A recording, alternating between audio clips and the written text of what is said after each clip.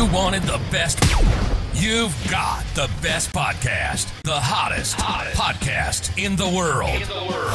The Chris Voss Show, the preeminent podcast with guests so smart you may experience serious brain bleed. The CEOs, authors, thought leaders, visionaries, and motivators. Get ready. Strap yourself in. Keep your hands, arms, and legs inside the vehicle at all times, because you're about to go on a monster education roller coaster with your brain. Now, here's your host, Chris Voss. Hi, folks. It's Voss here from the ChrisVossShow.com, the ChrisVossShow.com. Welcome to the big show. We certainly appreciate it, folks. As always, the Chris Voss Show, the family that loves you but doesn't judge you, at least not as harshly as your grandmother. So there you go, man. We have an amazing guest on the show. He's an architect, and he's been doing all sorts of wonderful stuff around the world. Some of it you may have heard of. Some of it you may will be hearing about. And he's going to join us about his newest book that comes out August 1st, 2023. David Kamp joins us on the show. He is the author of his new book, Nature, Design, and Health, Explorations of a Landscape Architect, telling us his story and his innovation and influential landscape design philosophy and practice in nature, design, and health. And I think you're going to learn a few things that are going to be really cool about life, liberty, and the pursuit of happiness. He's going to be joining us on the show to talk to us about his work. And David is the founding principal of Dirtworks, PC landscape architecture. Through practice, teaching, and writing and advocacy, David's leadership and unique contributions promoting health through design and nature are at the forefront of the profession. He's a Harvard Loeb Fellow in Advanced Environmental Studies. He's a MacDowell Colony Fellow, a member of the National Academy of Design, and widely recognized through awards, publications, and documentaries. He's a frequent guest speaker and writer, and he's an internationally recognized thought leader in the positive role of nature in the design of the built environment. He's taught and lectured at universities and schools across the United States, Europe, Asia. In 2012, University College Falmouth, and awarded David an honorary fellowship in recognition of his contributions to landscape architecture profession. Did I get some of those pronunciations correct? Falmouth and you did very well, Chris. Thank you. Okay, well, thank you. We're trying. I flunked second grade, so welcome to the show, David. How are you? I'm doing great. Thanks for having me on. It's an honor to have you on, sir, as well. Give us a .com wherever you want people to find you on the interwebs, please. Very good. naturedesignhealth.com, all one word, and you'll get a little bit of information on the book and me. There you go. So what motivated you on to write this book, sir? Wow. It was a moment in my career where I had a chance to pause and to look at what I've discovered and to find a way to share with others how landscapes could be designed to promote health. There you go. Give us a 30,000 overview of some of the tease outs or details of the book. Wow. It's a memoir. So it really starts with a childhood fascination, with nature and design. And along the way, I discovered a deeper connection. And it reduces stress. It strengthens our sense of identity. It instills a sense of hope and promise. And I've realized over the course of my career that crisis isolates, and nature can help reconnect us, and design can help do that. By offering people what I say is opportunity and choice for everyone to connect with nature in their own way, on their own terms, and at their own pace. And so why do we have this affinity with nature? I mean, why don't we just adopt, the New York sort of skyline and go, who needs trees? Why is that important to us, I guess? Well, there really are some significant links. This idea of our connections to nature.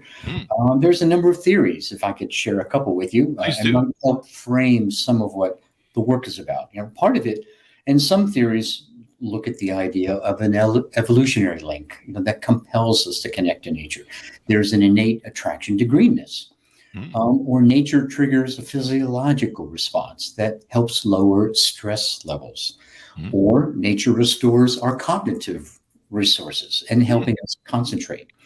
There was an interesting report out that looked at, I guess it came out about a month or so ago in something called Science Advances. I don't know the magazine, but evidently it looked at the idea of what do we know? And they reviewed hundreds of scientific papers, and they identified over 200 positive links to nature. Oh, wow. To give you an example, just being exposed to nature, it improves our mood. It's the balm to busy lives. And listen, we're all busy, but not only active and let's say healthy people are busy, but illness and chronic conditions can be consuming. So this idea of improving mood really does begin to influence stress. I start to see all these connections that since this exposure to nature begins to affect our bodies and our minds, and that great connection between the mind and the body. There you go.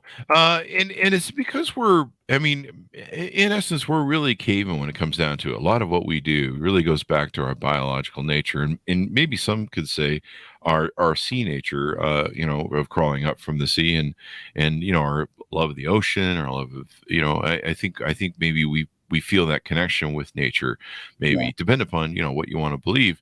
But I think, everything we do goes back to caveman times, hunter-gatherer sort of stuff. When we really behave, there's a lot of, BS that we talk about and go, oh, we're evolved. No, not really. Well, listen, it's part of us, and that's what's kind of interesting is we've had these sort of pendulum swings, we're sort of part of nature and then we're not part of nature.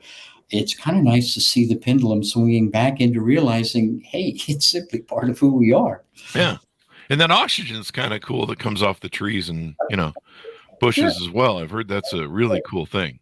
That helps too. Especially if you're on Mars. So what you've done is you've spent your career designing landscapes as an architect and making them so that they have this wonderful design that can kind of inspire people, motivate people, make people feel good, make people, feel all sorts of different feelings and kind of, enjoy something other than, looking at brick walls. Yeah. A lot of what the work is trying to do is offer people choices.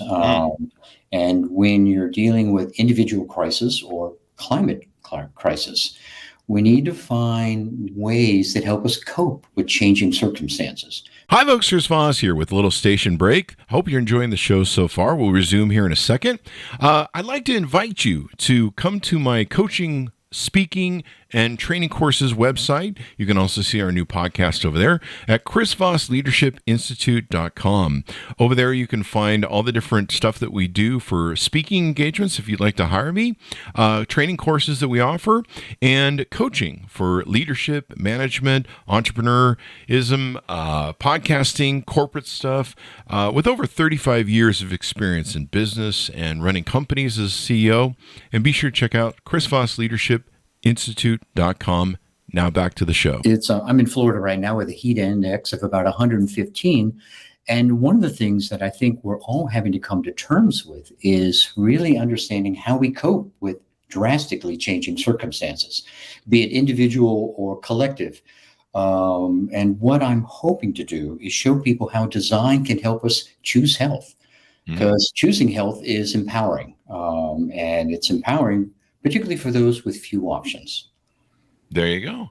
And speaking of that, you had in the mid-90s done something really wonderful and volunteered to design one of the first gardens created specifically for individuals with HIV and AIDS.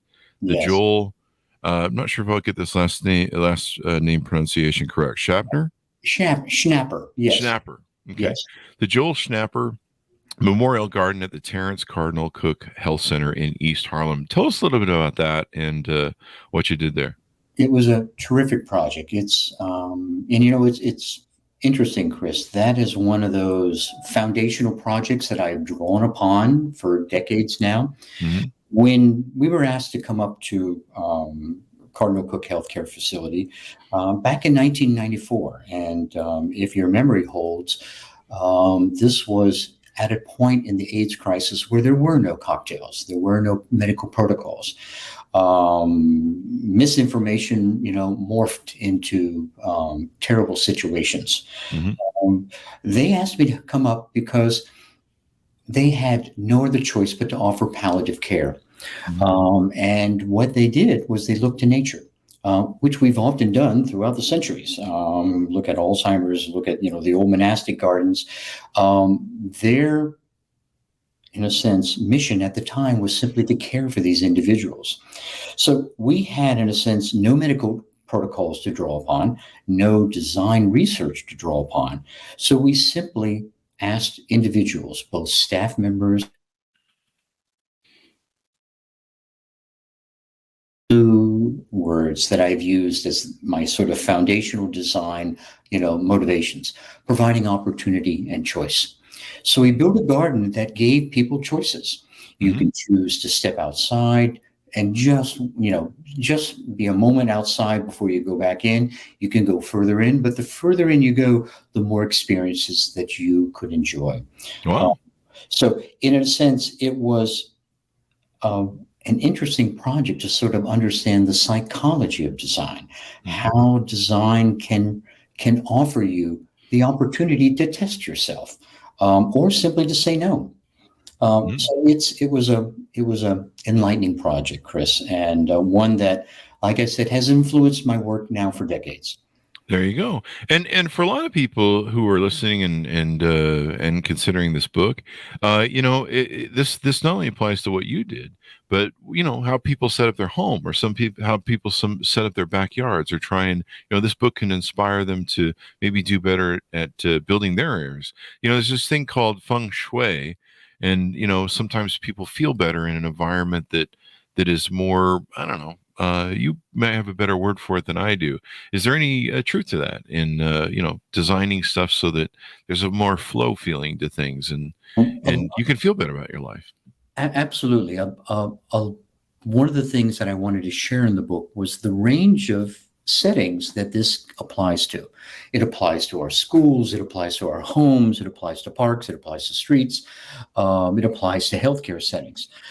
And all of those sort of draw upon one simple idea, and that's take the time to pause, pay attention to nature, but also to think deliberately, because design can be a tool for living deliberately. Think about where you enjoy your coffee, where you need to have a drink at the end of the day. Be mindful of how design can be a tool. It's a tremendous tool. A lot of people think of design as a decorating item, and sure, that's a piece of it, but design creates spaces, and these spaces can be deliberate spaces for the way that you, meaning you, want to live. And your first design project, the landscape for Australia's grand new Parliament House complex in Canberra. Tell us about that. That was, I was very young.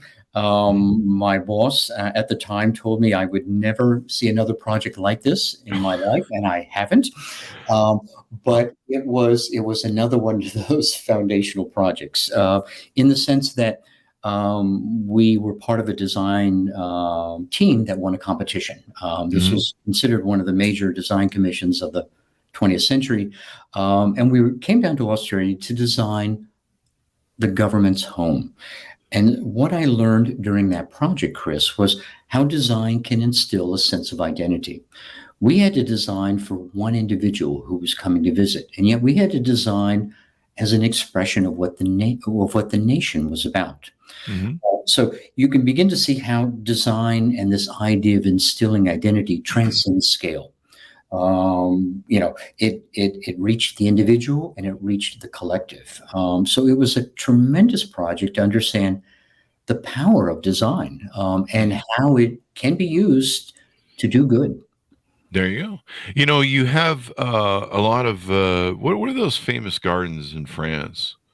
I'm trying to think of. Do you mean like in Paris, like the Tuileries? Yeah. Or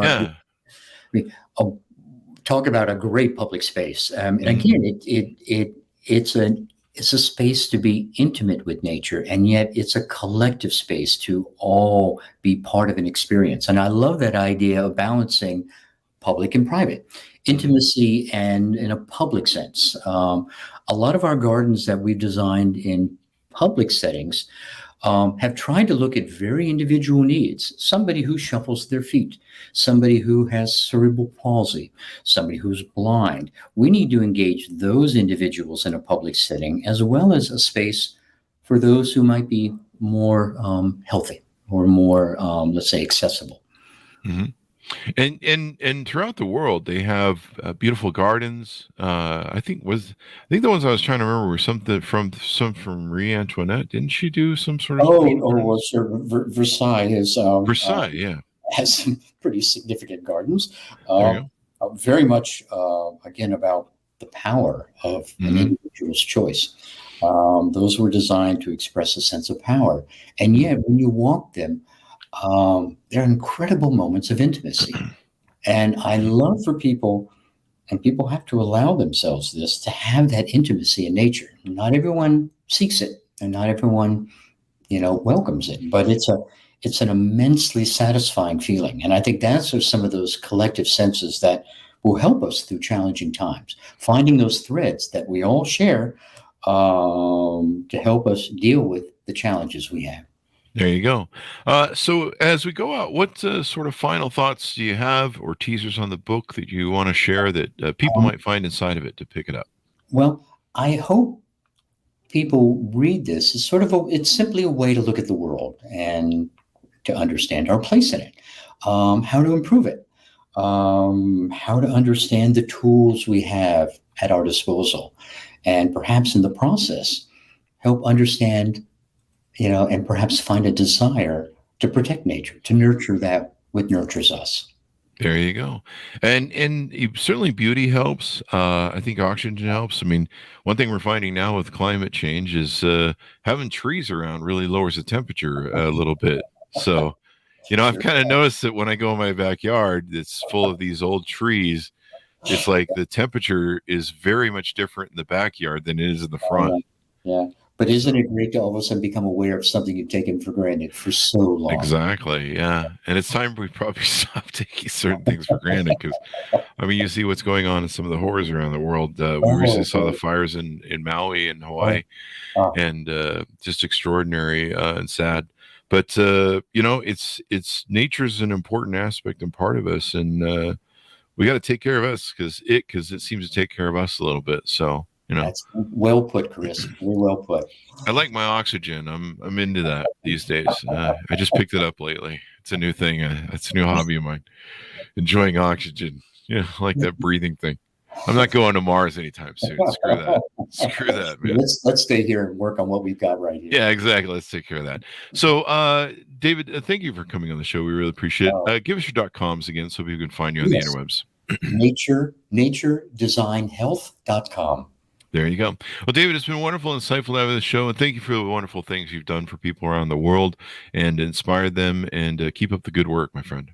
Thank you, Chris. I enjoyed this so much. Bye-bye. There you go. And thanks to my audience for tuning in. Go to goodreads.com/Chris Voss. Order up the book wherever fine books are sold. Nature, Design, and Health. Explorations of a Landscape Architect. Available August 1st, 2023.